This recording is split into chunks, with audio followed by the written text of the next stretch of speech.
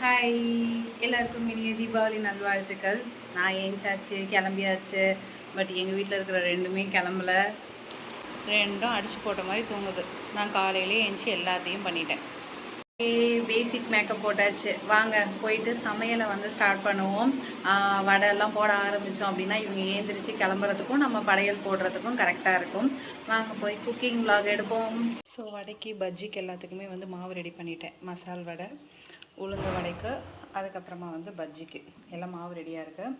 இப்போ எண்ணெயில் போட்டு எடுத்துட வேண்டியது தான்.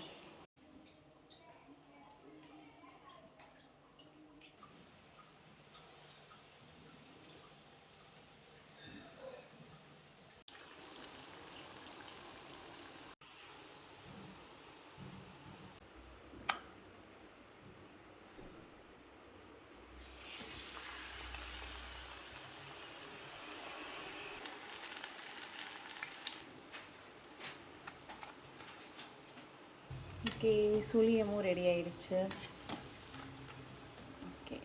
ஓகே இப்போ படைக்கிறதுக்கு எல்லாம் முடிஞ்சிருச்சு. அடுத்து நேராக இட்லிக்கு மட்டன் குழம்பு ரெடி பண்ணிடுவோம். நான் இட்லியும் சைடில் ரெடி பண்ணிட்டேன். மட்டன் குழம்பு மட்டும் ரெடி பண்ணால் அவ்வளோதான்.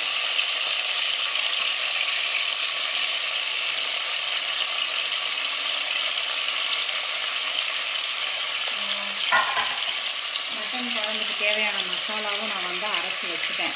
இதில் வெறும் இஞ்சி பூண்டு பேஸ்ட்டு, மஞ்சத்தூள், உப்பு போட்டு நல்லா வதக்கி விட்டுட்டு இதை கரைச்சிட்டு கொஞ்சோண்டு மிளகாத்தூள் மட்டும் சேர்த்துக்கிட்டா முடிஞ்சிடுச்சு. அடுத்து விசில் போட்டுக்க வேண்டியதான். மட்டன் குழம்புக்கு தேவையான உப்பு போட்டுட்டேன்.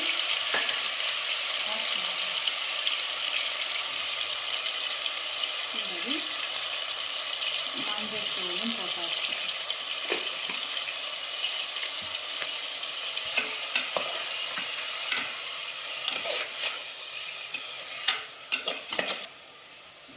இஞ்சி பூண்டு பேஸ்ட்டு போடுறேன். இஞ்சி பூண்டு பேஸ்ட்டு ஒரு 2 ஸ்பூன் போட்டுக்கிறேன். போட்டுட்டு இதை நல்லா வதக்க வேண்டியது. நான் வெங்காயம் தக்காளி எல்லாமே அந்த பேஸ்ட்டோடையே வந்து அரைச்சி வச்சிட்டேன்.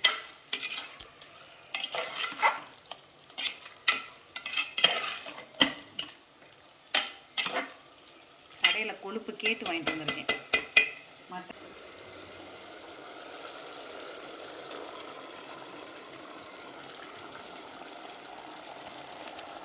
அவ்வளோதான், விசில் போட்டாச்சு. ஒரு 6 விசில் வரட்டும்.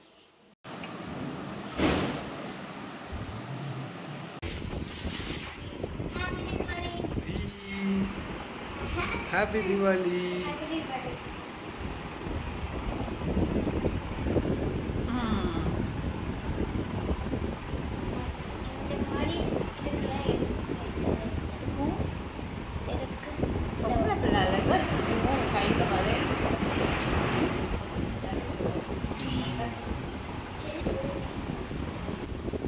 ஐயோ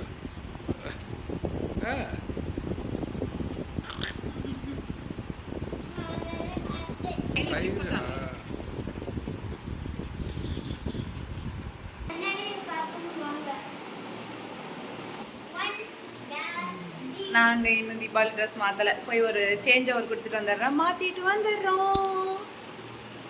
ஓகே, ரெடி ஆகிட்டோம்.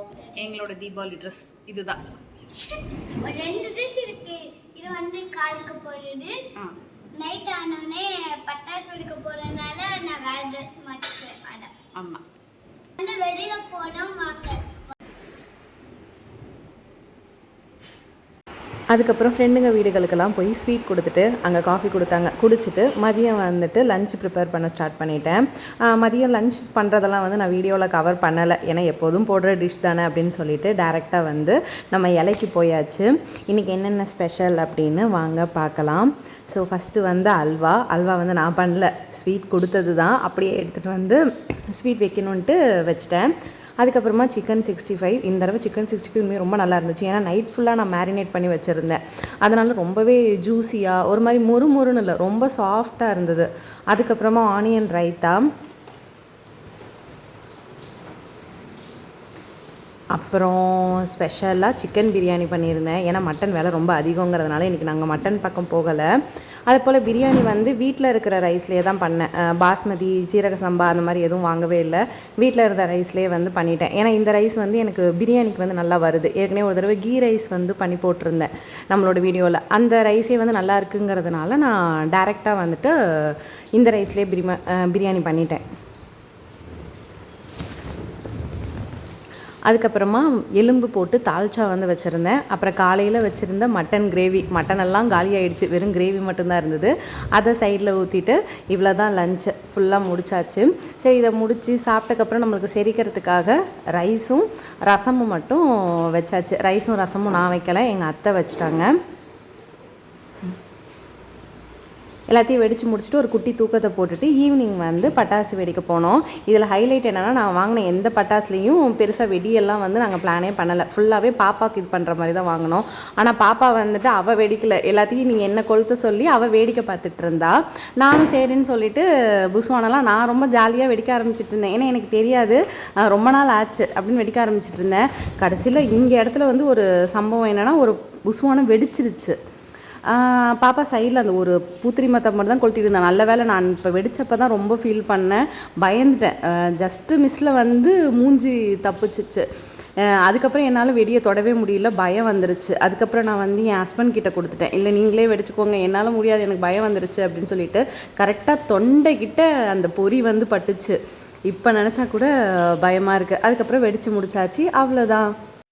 அதுக்கப்புறம் எங்கள் வீட்டில் மாடிக்கு மேலே ஒரு மொட்டை மாடி இருக்கும், அங்கே போயிட்டோம். ஏன்னா அங்கே போனோம் அப்படின்னா ஃபுல்லாகவே வந்து வியூ வந்து தெரியும். அவங்க போய் நானும் தென்சியும் கொஞ்சம் விளையாடிட்டு அங்கே அந்த மேலே போய் வெடிக்கும்ல, அது பேர் என்ன இது எங்கள் ஊரில் வான வேடிக்கைன்னு சொல்லுவாங்க, அதை உட்காந்து பார்த்துட்டு இருந்தோம். அது அங்கேருந்து பார்க்க சூப்பர் வியூவாக இருந்துச்சு. எல்லாத்தையும் பார்த்து முடிச்சுட்டு கொஞ்ச நேரம் விளையாடிட்டு இருந்தோம். நான், என் வீட்டுக்காரர், நான் பாப்பா 3 பேரும் விளையாடி முடிச்சுட்டு கீழே இறங்குற தருணம் வந்துச்சு. கீழே இறங்குற தருணம் தான் கொஞ்சம் பேஜாராக இருக்கும். ஏன்னா எப்போதுமே ஈஸியாக மேலே ஏறிடுவோம், ஆனால் கீழே எப்படி இறங்குறதுன்னு தான் தெரியாமல் இருக்கும். அப்படி ஏதோ தப்பி தாவி இறங்கி வந்து தீபாவளியை நல்லபடியாக முடிச்சாச்சு. நல்லபடியாக அந்த வெடி வெடித்ததும் நம்ம வேலை வெடிக்கலை, ஏதோ புண்ணியம் பண்ணியிருக்கோம்னு நினச்சிட்டு படுத்து தூங்கியாச்சு. தேங்க்யூ ஃபார் வாட்சிங்.